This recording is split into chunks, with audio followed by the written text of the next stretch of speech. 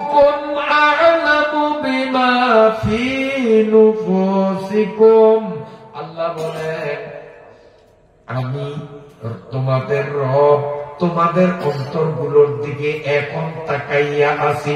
রারিকান্ডা জামে মসজিদের সামনে সূরা বনী ইসরাইলের ধারাবাহিক তাফসীর শুনিয়া, মা বাবার গুরুত্বের কথা শুনিয়া, মা বাবার বেয়াদবি করলে মাফ চাওয়ার বয়ান শুনিয়া তোমার মনটা কেমন হইয়াছে? রব্বুকুম আ'লামু বিমা ফি নুফুসিকুম, তোর মনটা কেমন হইছে? বাড়িতে যাইয়া মা বাবার কাছে মাফ চাওয়ার নিয়ত হইল কি হয় নাই? তুই বাড়ি যাওয়ার আগে এখন এই বর্তমানে আমি আল্লাহ তোর অন্তরটা তাকাই দিয়াছি। আমি আল্লাহ তোর অন্তরের ব্যাপারটা ভালো করিয়া জানি। যদি তুই বাড়িতে যাইয়া আজকের কোরআনের বয়ান শুনিয়া মন নরম করিয়া মা বাবার কাছে মাফ চাও, তোর মা বাবা তোরে মাফ করার আগে আমি আল্লাহ তোরে মাফ করিয়া দেব। রব্বুকুম আ'লামু বিমা ফি নুফুসিকুম, কোরআনের এমন সুন্দর বয়ান শুনিয়াও যদি মা বাবার কাছে মাফ না চাওয়ার মতো কঠিন মন নিয়ে তুমি বসিয়া থাকো, রব্বুকুম আ'লামু বিমা ফি নুফুসিকুম, তাহলে আমি আল্লাহ তোর অন্তরের খবর যখন জানি, তোরে কেমনে সাইজ করতে হবে সেই কৌশল আমি আল্লাহ জানি। কি বলেন জানে কি জানে না? আমার আল্লাহ বলেন ইন তাকুনু সালিহিন, এর রিকান্না জামে মসজিদের এলাকার মুসলমানরা, ইন তাকুনু সালিহিন, যদি তোমরা সূরা বনী ইসরাইলের 3টা আয়াতের তাফসীর শুনিয়া সালিহিনদের কাতারে নিজেরে উঠাও, নেককারদের কাতারে, যাহা জীবনে মা বাবার সাথে বেয়াদবি করছি আর করব না, বেয়াদবি কেন করলাম আজকেই বাড়িতে যাইয়া মাফ চাইব, এই মানের নেককার হইয়া যদি থাকো, আমি আল্লাহ তোমাদের গ্যারান্টি দিয়ে দিলাম, ফাইন্নাহু কানা লিল আওয়াবিনা গাফুরা। আল্লাহ রাব্বুল আলামিন বলে তুই মাফ চাওয়ার নিয়ত করিয়া মাহফিলের হুগলার থেকে মাজা সুজা করিয়া দাঁড়াইবার আগে, তুই তোর বাড়িতে মা বাবার কাছে যাওয়ার আগেই আমি আল্লাহ তোরে মাফ করিয়া দেব। সুবহানাল্লাহ, সুবহানাল্লাহ। এই জন্য যাদের মা বাবা উপরে আছে, জিন্দা আছে, মা বাবার সাথে ভালো ব্যবহার, মা বাবার সাথে মিষ্টি আচরণ, মা বাবার সাথে বিনয়ী হয়ে সবসময় তাদের সামনে চলাফেরা, এগুলো হলো মা বাবার খিদমত।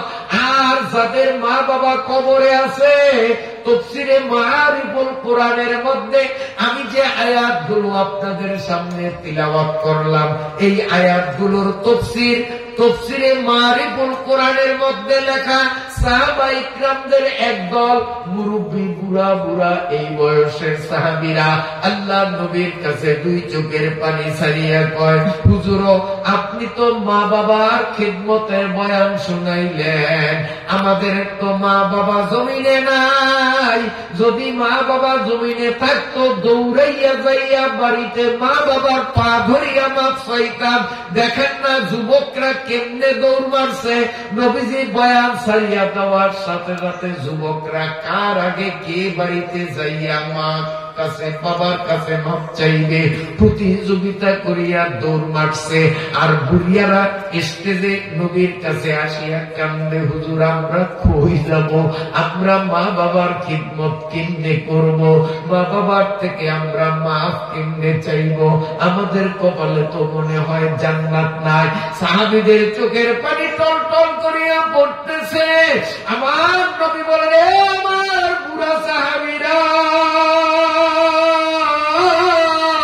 যাদের মা অথবা বাবা কিংবা 2 জন মরিয়া কবরে চলিয়া গেছে, আমি রাসূল তোমাদের 4টা কাম দেব, এই 4টা কাম যদি তোমরা করো, আমি নবী গ্যারান্টি দিয়া দিলাম, দুনিয়ার জমিনে বসিয়া তুমি যদি 4টা কাম করো, তোমার মা আর বাবা কাছে ফেরেশতারা যখন যাইয়া সংবাদ শুনাইবে যে তুমি 4টা কাম শুরু করছো, মা বাবা সংবাদ শুনিয়াই আল্লাহর কাছে ফরিয়াদ করবে, মাবুদ গো, আজকে বছরের পরে বছর কবরে শুইয়া শুইয়া আমার সন্তানটারে ওর খারাপ ব্যবহারের কারণে বদদোয়া দিলেও আজকে যখন জানলাম আমার পোলা বুড়া বয়সে 4টা কাম শুরু করছে, মাবুদ তোমার ফেরেশতার মাধ্যমে সংবাদ যখন পাইলাম, এই 4টা কাম করার কথা যখন শুনলাম, মন থেকে আমার সন্তানরে মাফ করিয়া দিলাম।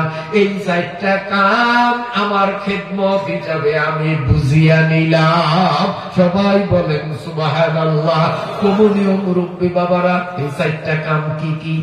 1 নম্বর কাম, মা বাবার মতো বুড়া বয়সের কোন মানুষ রাস্তাঘাটে, হাটে, বাজারে, মসজিদে, যেখানে হোক, বুড়া বয়সের মানুষ দেখলেই তাকে সম্মান করা, বুড়িয়ারে ধাক্কা দিয়া পথ আগাইয়া না যাওয়া।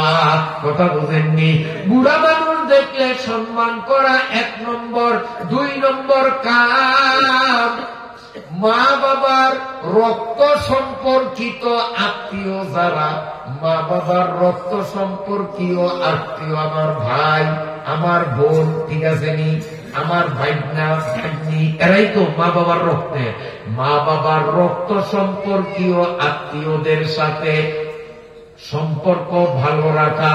3 নম্বর কাম হলো মাঝে মধ্যে সময় সুযোগ হইলে মা বাবার কবরের কাছে যাইয়া দোয়া করা।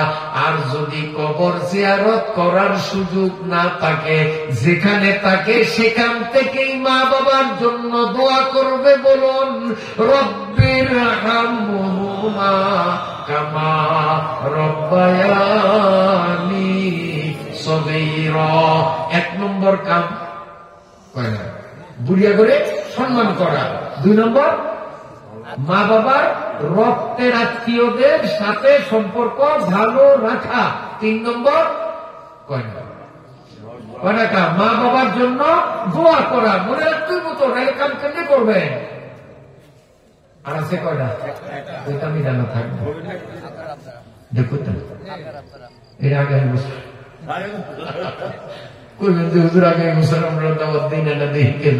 ঠিকই আছে, আগামী বছর দাওয়াত নাও তো দিতে পারেন, অথবা আমি মরিও তো যেতে পারি। কি বলে?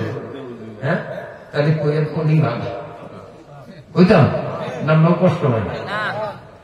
4 নম্বরটা, মা বাবার কথা স্মরণ করিয়া তাদের আত্মার মাগফিরাতের নিয়ত করিয়া ভালো কাজে দান খয়রাত করা।